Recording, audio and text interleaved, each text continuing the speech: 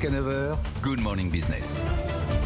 Et à 7h19, nous recevons Anne-Cécile Sarfati. Vous êtes journaliste, ancienne rédactrice en chef à Elle, et vous avez écrit « Nous réussirons ensemble, couple à double carrière, les freins, les pièges, les clés ». Merci d'être sur notre plateau, Anne-Cécile Sarfati. Bonjour. Je rappelle que votre livre est publié aux éditions Albin Michel. Alors, il y a beaucoup de freins et beaucoup de pièges si on veut faire carrière côte à côte.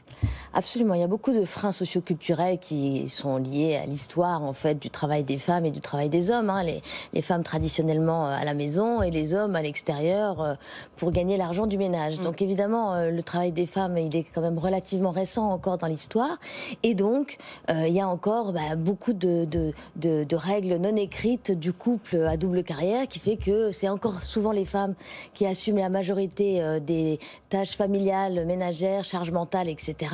Et de ce fait, elles sont un peu plombées dans leur carrière. Il y a des chiffres qui montrent très bien que première grossesse, deuxième grossesse, troisième grossesse, dans la carrière, ça plombe. Les écarts de salaire, par exemple. Il y a des écarts de salaire qui sont très piégeants, parce qu'en fait, c'est parce que les femmes gagnent moins que en fait, les arbitrages dans les couples se font à la défaveur des femmes, parce que le ménage va gagner plus par le mari, par l'homme, et donc du coup, c'est un cercle vicieux. C'est un cercle vicieux, c'est assez diabolique. Anne-Cécile, ce qui est vraiment intéressant dans votre livre, c'est que vous êtes allée rencontrer des couples successful, où les deux, le mari, la femme, les conjoints font carrière en parallèle, et ils vous ont carrément ouvert leur cœur, leur lit aussi, parce qu'il y a plein de choses dans ce livre, pour raconter combien c'est compliqué de faire carrière à deux, pour expliquer leurs échecs, les ruptures. Alors évidemment, c'est anonyme, mais il y a beaucoup de célébrités qui sont livrées à vous. Oui, il y a beaucoup de célébrités, mais pas que. Il y a des entreprises qui ont une double ambition professionnelle, mais également familiale. Mais j'insiste quand même sur le fait qu'il y a beaucoup de couples. J'ai eu un parti pris d'aller chercher ce qui marche dans les couples qui quels sont les secrets du réussite à deux ? Et quels sont les secrets ? Donc, on va dire qu'il y a différents pièges. Le premier piège, c'est peut-être d'importer ces convictions égalitaristes en permanence d'une façon politique à l'intérieur du couple. J'ai pas du tout été chercher des gens réactionnaires qui sont contre l'égalité femmes-hommes au travail, pas du tout. Mais il est là le piège d'ailleurs. Le piège, il est un peu là, c'est que malgré tout, on peut avoir des convictions féministes, égalitaristes et en pratique être dans l'inégalité domestique.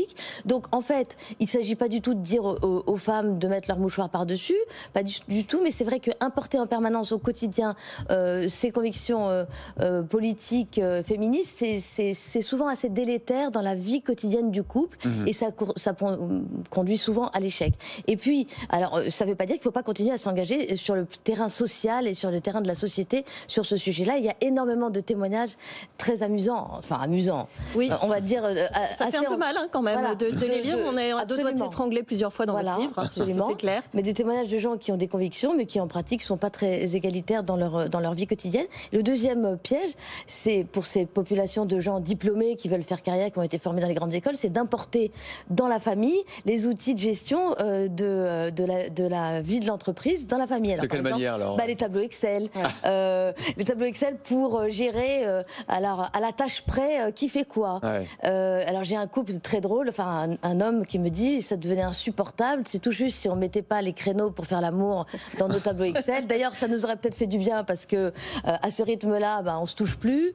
Enfin bon, ou alors les entretiens annuels d'évaluation reprogrammés en entretien hebdomadaire de couple avec les plus et les moins. Vous voyez, il y en a qui me disent mais c'est insupportable. Il y a les recettes aussi, les week-ends, absolument faire des week-ends de temps en temps en amoureux tous les deux. Ah oui, ça il y a beaucoup, la sanctuarisation du temps pour soi puis à deux est fondamentale. Et pour la famille, c'est encore un troisième temps. Ouais, mais alors ça nous fait pointer du doigt le fait qu'on est dans une société de l'hyperparentalité, surtout dans ces familles un peu exigeantes où on n'a jamais donné autant de temps à nos enfants. Mais ces gens-là, pour la plupart, ont beaucoup d'enfants. Ils ont au moins 2 ou 3 enfants. Souvent 2 ou 3 enfants et ils sont très exigeants. C'est un peu quand même la course à la prépa dès la maternelle. Donc tout ça c'est du temps, c'est très chronophage.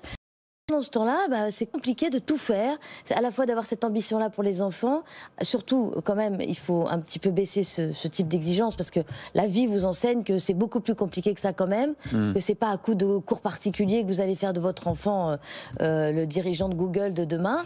Non, mais voilà, il faut aussi laisser les enfants un peu s'ennuyer, tout ça. Enfin, voilà, qu'il faut peut-être un peu baisser cette pression éducative considérable et s'occuper un peu plus de son couple, justement, et de remettre l'enfant peut-être un peu à la périphérie du couple, comme disait Françoise Dolto. Mais c'est une histoire de couple, c'est aussi une histoire de société, Absolument. de ce qui se passe à l'extérieur. C'est-à-dire, il y a cet exemple d'un homme qui va voir son patron et qui dit attention patron, ma femme va bientôt gagner plus que moi. Son patron lui dit ah ben non, c'est pas possible, on peut pas te faire ça, je vais t'augmenter. C'est l'état d'esprit dans les entreprises, c'est les startups qui sont créées à 85% par des équipes 100% masculines. Il y a un problème aussi dans l'entreprise. Non, mais il y a encore beaucoup de progrès, il y a encore beaucoup de sexisme résiduel dans les entreprises. Heureusement, ça bouge, mais ça bouge quand même plutôt dans les grands groupes que dans les PME et dans les startups qui, vous l'avez dit, sont quand même souvent assez sexistes. Il y a beaucoup de licenciements de femmes enceintes dans les startups par méconnaissance du droit, comme ça, parce qu'on comprend pas, enfin voilà.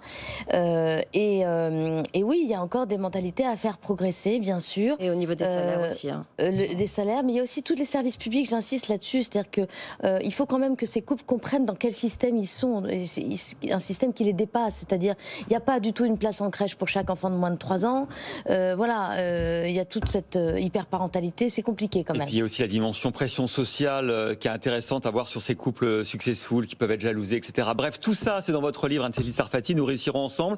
Le livre sort aujourd'hui, donc merci d'avoir été chez nous ce matin. Il y a encore du boulot, mais il y a de l'espoir. C'est ça qu'il faut retenir quand même. C'est ça, c'est un livre constructif. Oui, merci Anne-Cécile Sarfati.